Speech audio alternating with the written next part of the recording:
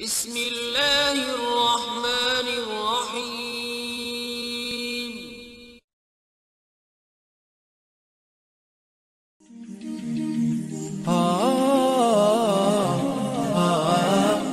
Bismillahirrohmanirrohim. Assalamualaikum warahmatullahi wabarakatuh. Sumur air Zam-Zam ternyata bisa tenggelamkan bumi.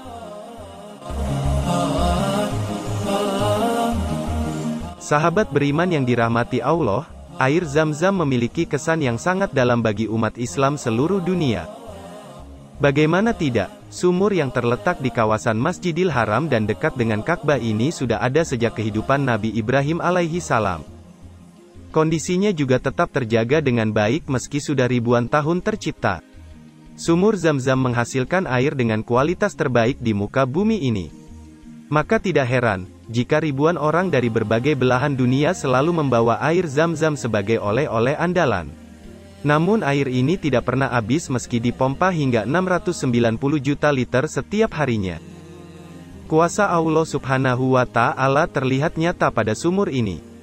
Fakta berikut menunjukkan jika Allah melakukan kontrol yang absolut dan luar biasa pada sumur air Zam-Zam ini.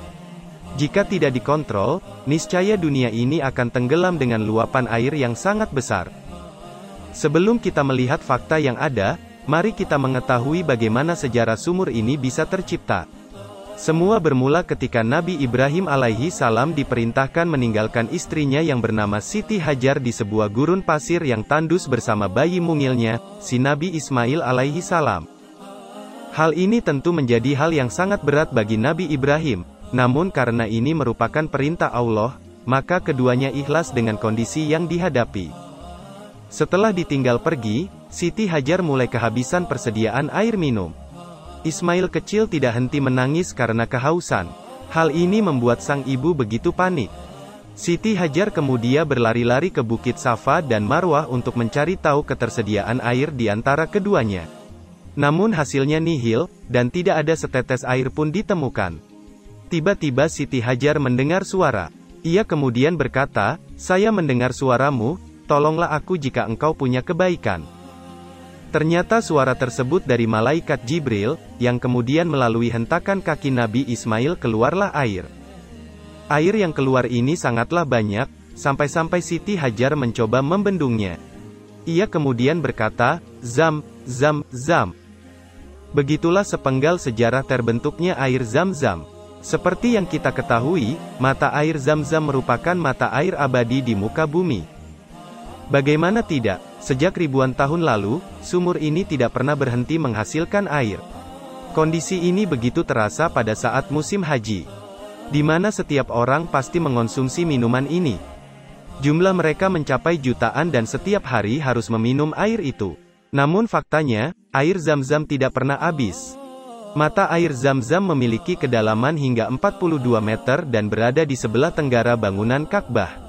Permukaan air Zam-Zam sekitar 10,6 kaki di bawah permukaan tanah. Setiap detiknya sumur Zam-Zam dipompa dan menghasilkan 8.000 liter per detiknya. Bisa dibayangkan bagaimana air yang dihasilkan selama 24 jam.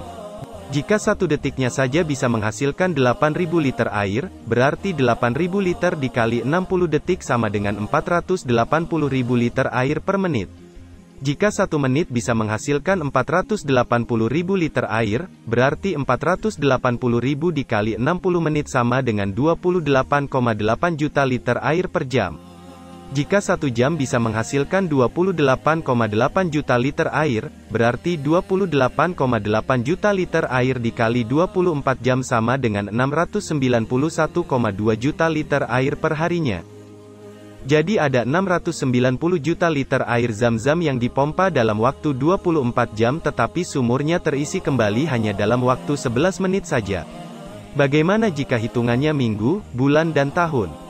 Dari kondisi ini terlihat ada peran yang melebihi kehebatan mesin. Ada campur tangan dari Allah Subhanahu wa Ta'ala dalam proses ini. Proses di mana sumur Zam-Zam bisa dengan cepat terisi kembali dan proses kontrol sehingga airnya tidak luber alias tidak mubazir. Karena jika dihitung-hitung, bisa saja bumi tenggelam lantaran air Zam-Zam yang pancaran airnya terbilang deras tersebut. Kejadian ini sebenarnya adalah terjemahan dari kata Zam-Zam yang artinya, berhenti, berhenti. Demikian kata Hajirah alaihi salam. Inilah Zam-Zam, salah satu bukti kebesaran Allah subhanahu wa ta'ala. Sahabat beriman, Allah subhanahu wa ta'ala telah menunjukkan kuasanya terhadap umat manusia. Namun tetap saja begitu banyak yang butuh pembuktian, padahal tanda-tanda kekuasaannya sangat banyak. Demikian info yang saya bagikan ini, semoga bermanfaat untuk kita semua. Amin, ya Rabbal Alamin.